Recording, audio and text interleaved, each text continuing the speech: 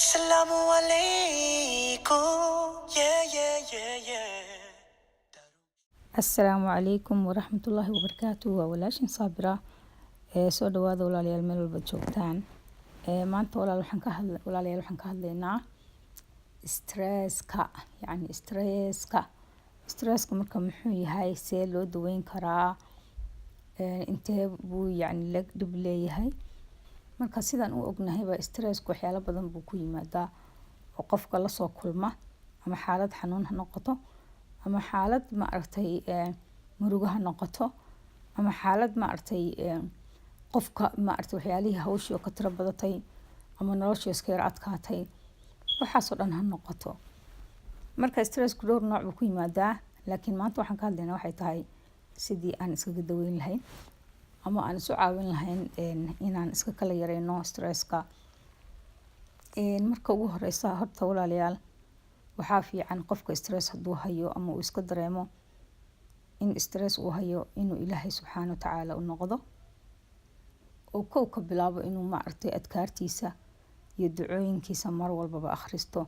taas waa lama huraan weeye, oo yacni waan ognahay dawo ka fiican ma laha qur-aanka ilaahay uu noo soo dejiyey subxaana watacaala, iyo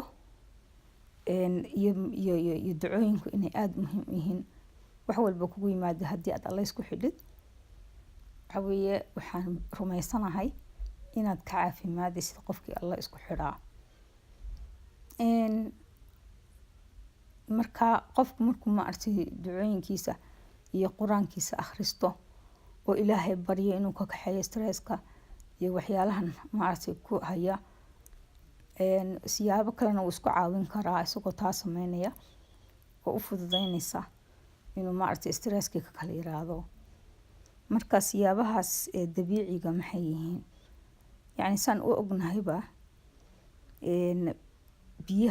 biyuhu hadday kulul yihiin jirkaaga, ama jirkaaga aada saliid ku dugtay oo kale, stresska uu ka kala yareynayaa. marka kow waxaan ka bilaabeynaa maanta xagga qubeyskaas oo ma aha kan intii biyo la isku shubo tuubada la hoos istaago, yacni aad isku shubto oo iska dhaqaajisid.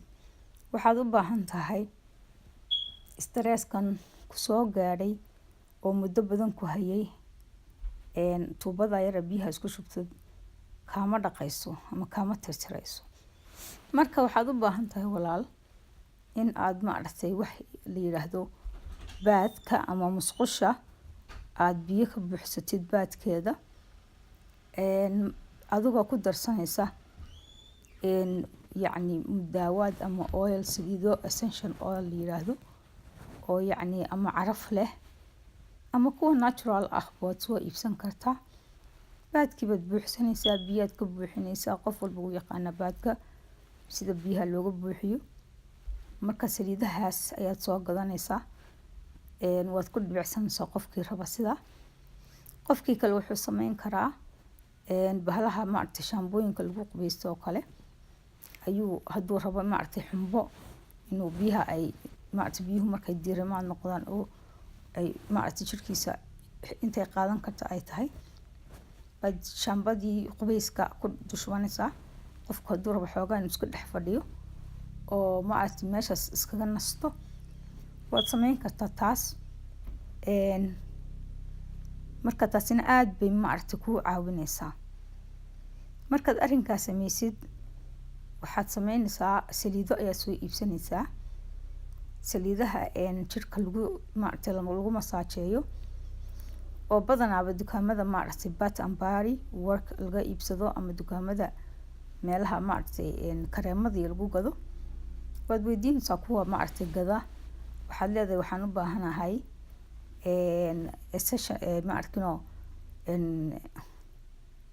oilka laysku masaajkeeyo maan u baahanahay. marka dhowr nooc bay maasha Allah u kala baxbaxaan saliidahaasi.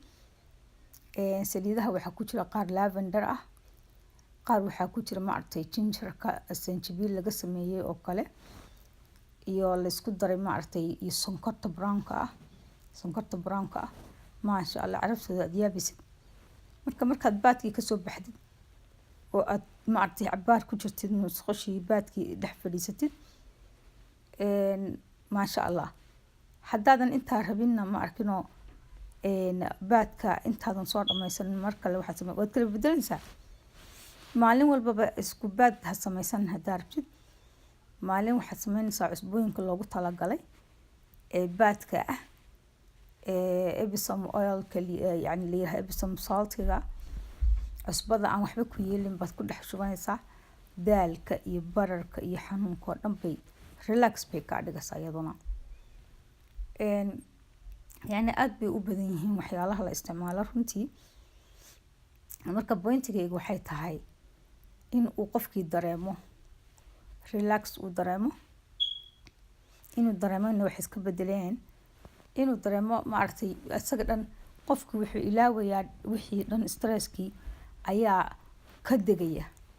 marka qofka stress hayo, stressku ceeb ma aha walaalayaal. stressku waa fikir, waa qof isku buuqsan, buuq oo kale, daal oo kale.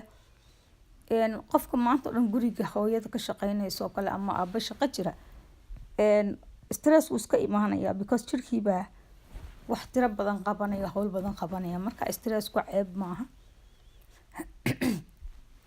stressku ceeb maaha. qof walbana way ku dhacdaa oo bili aadan ah. marka laakiin waa inaan nafteena la dadaalnaa. marka waxaad samaynaysaa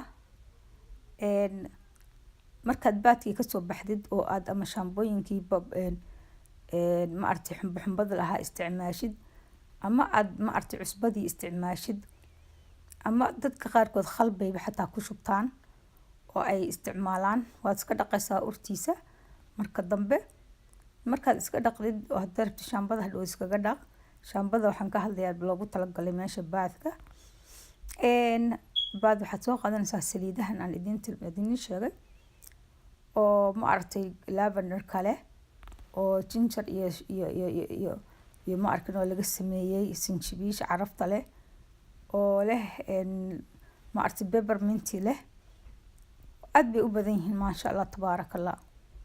saliidahaas markaad aada soo qubaysatid ood baadkii kasoo baxdid ayaad maaragtay tuwaal soo xidhanaysaa shukumaan dheer kuwa maaragtay baadka loogu talagalay ee maaragtay baad soo xidhanaysaa.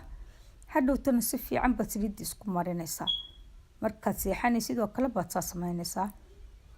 adig wiigii hal mar 2 mar way kugu filan tahay runtii. markaad saa samaysid jirkaagii wuxuu dareemayaa relax buu dareemayaa. jirkaagu wuu kuu kululaanaya especially aad bay horta u fiican tahay xilliga qaboobaha oo kale. marka walaalayaal iskula dadaala baadka inuu qofku baad qaato oo stress relief ay sameeyo. saliidahaasna markaad ismarisid maasha allah tabaaraka allah waxaad dareemaysaa maaragtay maasha allah xayi jirka ku kululaanaya. caafimaad baad dareemaysaa. taas naftaada haddaad u samaysid maaragtay xataa mararka qaarkood saliidda it's okay xataa wejiga maaragtay saliidahaas waa iska safe natural weeye. wejigaad yara marsan kartaa ama sanka saa u marso, sanka saa u mari, gacanta maaragtay korkeeda calaacasha korkeeda gacanta sare marso, urso.